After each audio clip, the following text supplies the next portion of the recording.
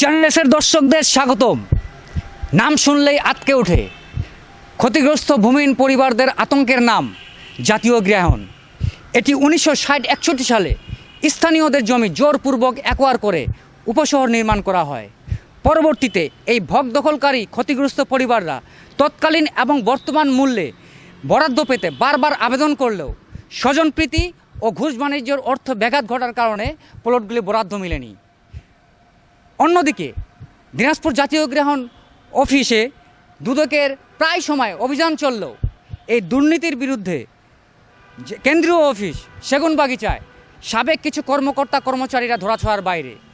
এমন অভিযোগকারী ক্ষতিগ্রস্ত ভূমিহীন পরিবারদের মন্তব্য আমরা চ্যানেল এসের মাধ্যমে জানানোর চেষ্টা করব।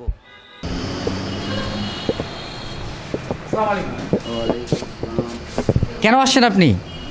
আমরা অফিসে আসি সবসময়।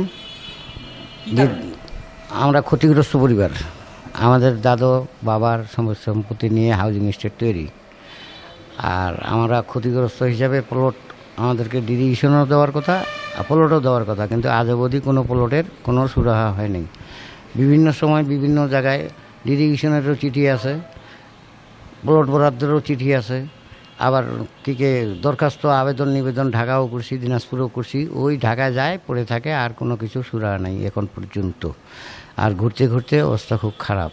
আর বিভিন্ন সময় মার্শাল দ্বারা জজেরও অর্ডার ছিল যে এই প্লটগুলোতে উচ্ছেদ করা যাবে না, এরা থাকবে, এদেরকে ব্যবস্থা করে দেওয়ার জন্য, সেই ব্যবস্থাও আজ অবধি করে নাই।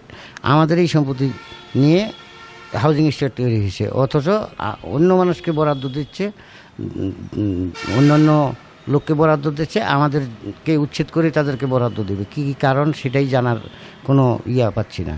যে আমরাও পয়সা দেবো, তারাও পয়সা দেবে, তা আমাদেরকে উচ্ছেদ করে তাদেরকে প্লট দেওয়া হবে কেন? এইটাই আমাদের আপনার নাম? মোহাম্মদ ইদ্রিস আলী। আপনাদের এখন দাবিটা কি? আমাদের দাবি হলো যে আমরা ডিভিশনেই হোক আর আবেদনের মাধ্যমে হোক, যে বাজার মূল্যেই হোক বা আগের বাজার মূল্যেই হোক, যে কোনো মূল্যেই হোক, আমরা একটু আশ্রয়ের জায়গাটুকু শুধু চাচ্ছি, আর কিচ্ছু না।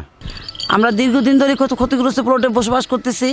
বর্তমানে যে মূল্য চাচ্ছে হাউজিং, সেই মূল্য আমরা দিতে চাই, কিন্তু এখন পর্যন্ত আমাদের কোনো কাজকর্ম চলতেছে না। আমরা খুব অসহায় হয়ে আছি।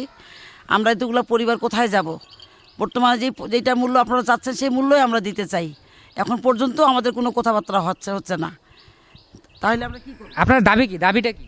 আমার দাবি হচ্ছে একটাই, যে বর্তমানে যেই মূল্য চাচ্ছে সেই মূল্যে আমরা হাউজিংকে দিব।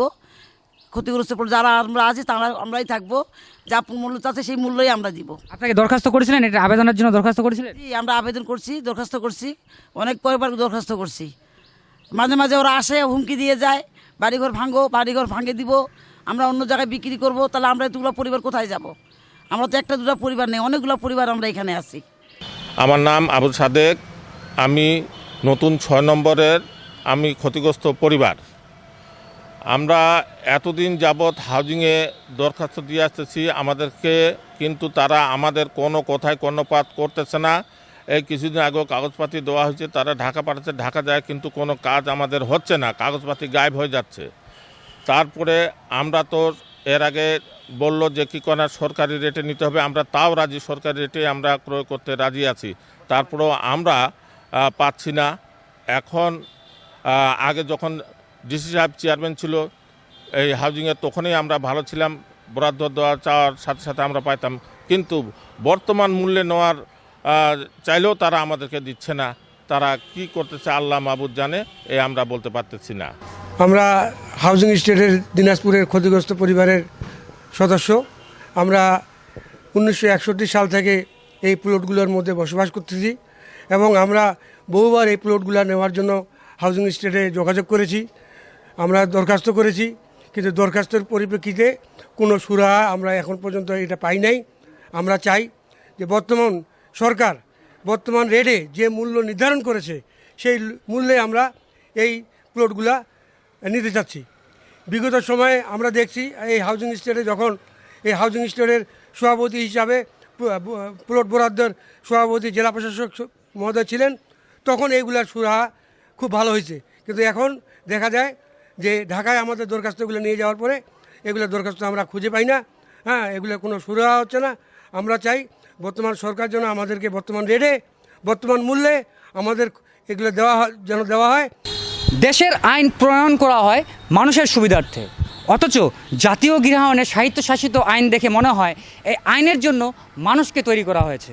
এসব ভূমিহীন ক্ষতিগ্রস্ত পরিবারদের প্লটগুলি বরাদ্দ দিলে একদিকে যেমন সরকারের রাজস্ব আয় হবে, অন্যদিকে এই উচ্ছেদ প্রক্রিয়া গিয়ে যে অর্থ ব্যয় হবে সেটি থেকে সরকার মুক্ত হবেন, এমন প্রত্যাশা করছেন ক্ষতিগ্রস্ত ভূমিহীন পরিবারদের সদস্যরা।